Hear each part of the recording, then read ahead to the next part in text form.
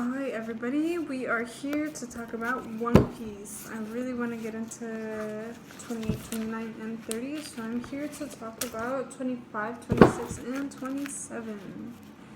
Not even in the right order. Okay, so let's talk about volume 25. Sensei Oda always does a great job of just capturing the reader back in. So in the end of 24, we were talking about Bellamy Hyena, the pirate on the island that they were just on.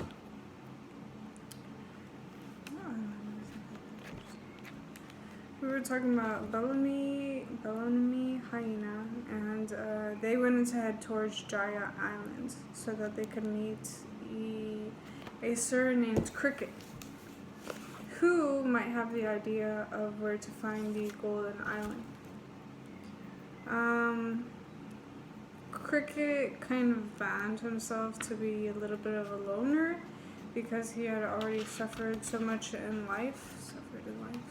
already from always being called a liar because he was somewhat cursed from his great-grandfather, Nolan the Liar.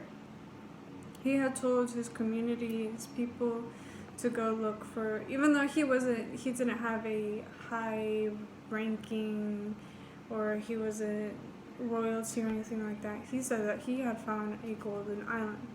He told them to go look for it. They sent out like 100 soldiers or something like that to go look for it, and they did not find it. So he said that the island must have shot up to Sky Island. They didn't believe him, and he was banned to death. And Bellamy the Hyena, he is interested in Luffy because he has a great reward on his head right now. It's like 100 million berries or something like that.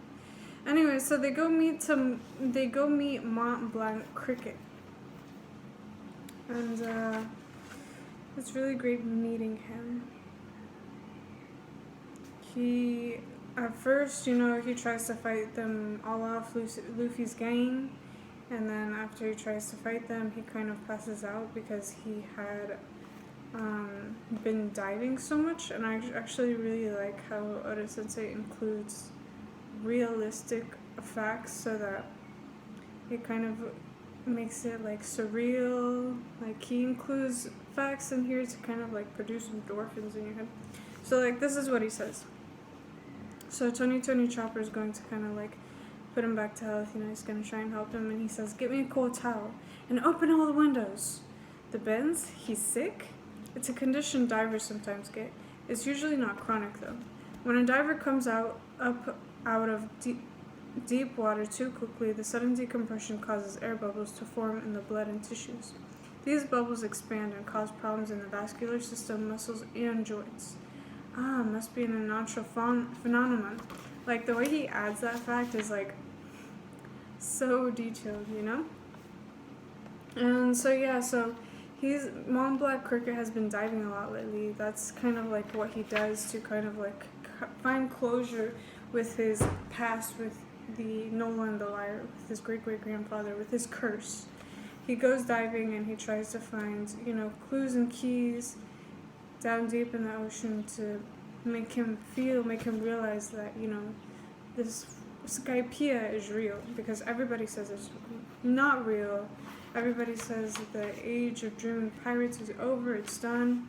But Luffy's one of those few groups that don't think like that. And because they don't think like that, they can go so far ahead. They can keep on thriving to just like really explore and have all these adventures, which is such a beautiful thing to read, as a reader, because, whenever you read books, it just reminds you of the little things that matter, And it's just a great metaphor for life. Anyway, so Mont Blanc Cricket, he is kind of like a gang with the two monkeys we had met earlier in volumes 24, who kind of gave Luffy's what's it called? Kind of gave Luffy's group problems because they were trying to look for cues and keys about Skypiea. You know, they were trying to find a map. And the monkeys were like, you guys need to get out of here. This is our land. This is our territory. Everything that's under the sea is ours. So please leave. But, you know, Luffy actually got along with them really great. Anyway, so Mont Black Cricket is actually, you know, now that he likes Luffy's gang and everything, and he's learning about them, and he's getting to know how much, you know, ganas tienen, like how much, you know, adventure they have stored in them. Like, I forgot how to say ganas in English. But like how much hope they have, how much thrill they have in their bones, how much they're just willing to seek, willing to hunt, willing to learn. He wants to let them know, so that they can learn about Skypiea and how they can find out how to get up there. So he gives them some of his books that he has about Nolan's old diaries that he's jotted down, like a logbook of, you know, the kind of routes that he's found on his journey as a pirate himself about this Skypiea. And Nami reads it, and Oda Sensei kind of tells us about, like, kind of the things that she finds. So that's really great. And so since he finds closure, Mont Black Cricket, from diving, he finds some really great things under the sea that he shares with us, the readers. And also, let me read you some of the things that Nami finds in this old logbook from Nolan the Liar. Okay, so read this passage. That's right. Whoa, is that a log of Nolan himself?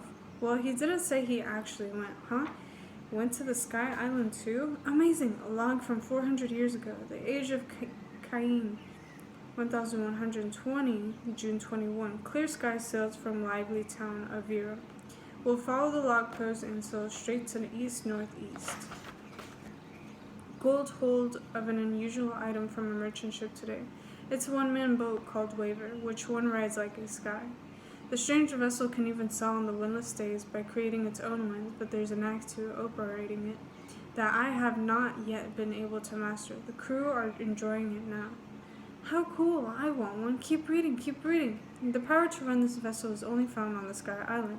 I have heard that there are many things with special properties up there. Speaking of the Sky Island, a fellow explorer once showed me a living skyfish which was amazing to behold. It is a land of our ships have never visited, but as a sailor I wish to someday visit the sky, the sea in the sky. Mont Black Nolan. So that's his full name, Mont Black Nolan. So yeah, so now that Mont Black Cricket, you know, he likes Luffy and his gang, he's asking his two fellows, the two monkeys, if he can help them out. So apparently they see Mont Black Cricket as their boss. So he asks them if he likes them, and he says, yeah, they do. These pirates are determined to go to Sky Island, but there's only one way to get there. They'll be killed instantly, boss, is what they say. And then that's why Mont Black Cricket says, that's why I'm asking. It'll be up to us to help them get there. And I sticky note this page. I really like this page. It's Luffy fishing for a rooster with a fried chicken leg. These little bunnies. I don't know. I just think it's kind of abstract and cool. I liked it.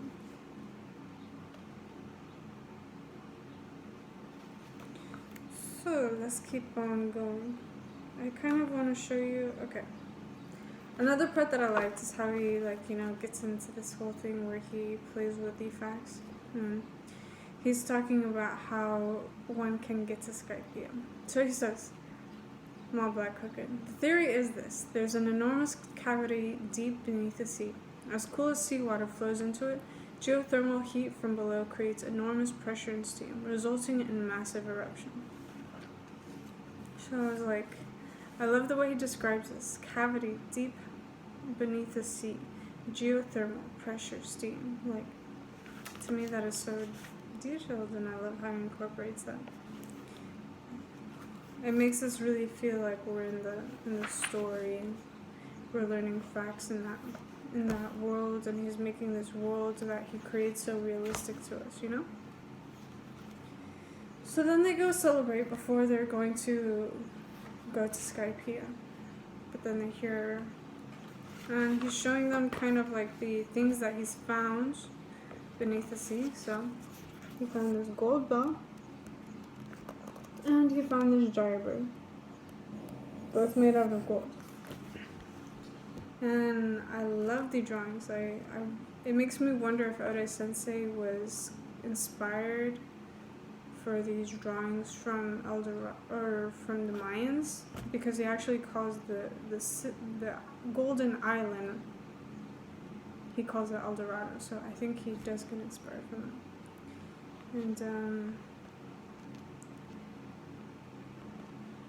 Sanji, he says, I wonder if those are the symbols of ancient Jaya, bells of pure gold and a bird. So yeah, then he hears a noise, so he tells them, okay, you need to leave. Because he doesn't want them to get hurt or anything. He says, you have to go do something very important before you leave. You have to go into the woods, and you have to find a Jaya bird. Because the Jaya bird will always point them south. So they need the Jaya bird so that they can get to their destination, so that they can go to Skypiea. So they go out to the woods, and they look for it, and they get one. But I saw a part in the book that was really funny. Okay.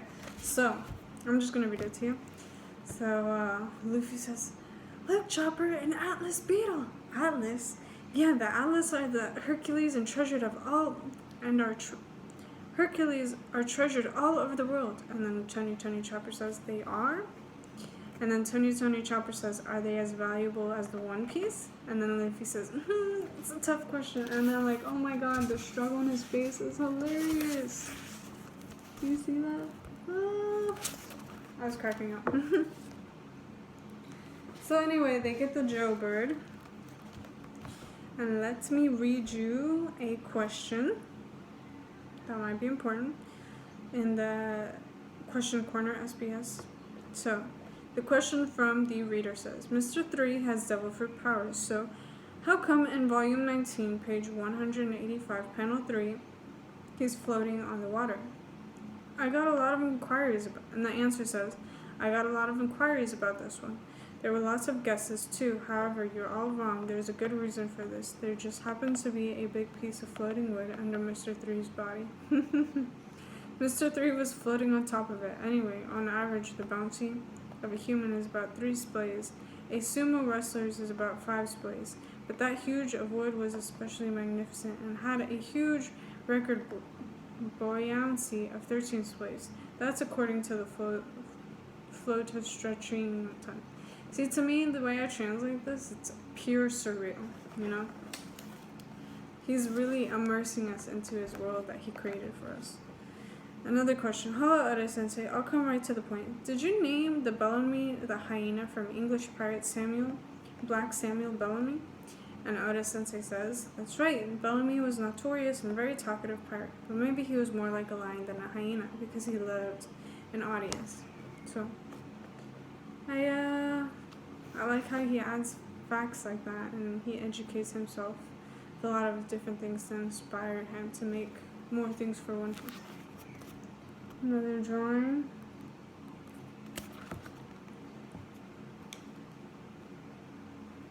So yes, they finally get the Joe bird, but then when they come back to Mont Black Cricket to ask him, okay, what do we do now? Like, what's the next step?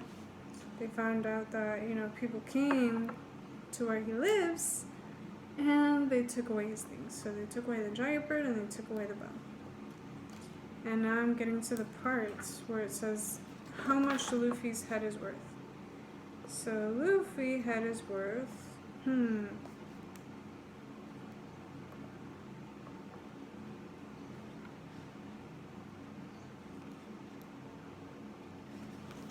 I must have said it. Alright. I must be drunker than I thought. Let's see. 1, 10s, 100,000s, 10,000, 100 millions, 10 millions. I can't be. I've had too much to drink. 100,000s, millions, 10 millions, 100 million berries. So, Luffy's head is worth 100 million berries, which is a lot. So, yeah, whenever Luffy goes back to see Mount Black Cricket and he sees that all his things were taken, he goes back and kicks Bellamy's butt, which is awesome because he just does it with one. And if you watch my previous video, you know why it's crazy. So yeah, just one pow. Kills him instantly. So, another part that I thought was interesting was in another question corner, SBS. The question says, I'll dispense with formalities. Why does Zolo wear his sword at his right hip? They're usually worn on the left. He says, well, because if Zolo doesn't weigh down his right side, he leans to the left, casually. Oh, so now where's the question for me? In volume 21, chapter 194, Cutting Steel, you can see Zolo with his sword at his left hip, right? And on page 154, where are his scabbards? And is it true that hardly any of your readers noticed this obvious error? Yes, that's true. And it is also true that though aware of the mistake, it was left untouched for the simple reason that there were too many panels to fix. Yes, it is. Which inspires a haiku. Poor Ore-sensei is tired again today. Weather is so nice. Thank you very much. Sensei, don't mention it. So I thought it was cool how he pointed that out. Oh, let's see. So yeah.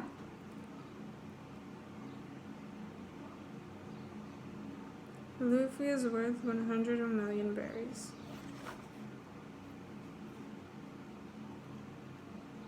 And then in this volume too, we see Red Shanks. So it looks like a lot of important people are starting to gather up and have a meeting. So I wonder what's going to happen. Let's see. We get to another part. Oh. I just liked how Ore put a dream within a dream.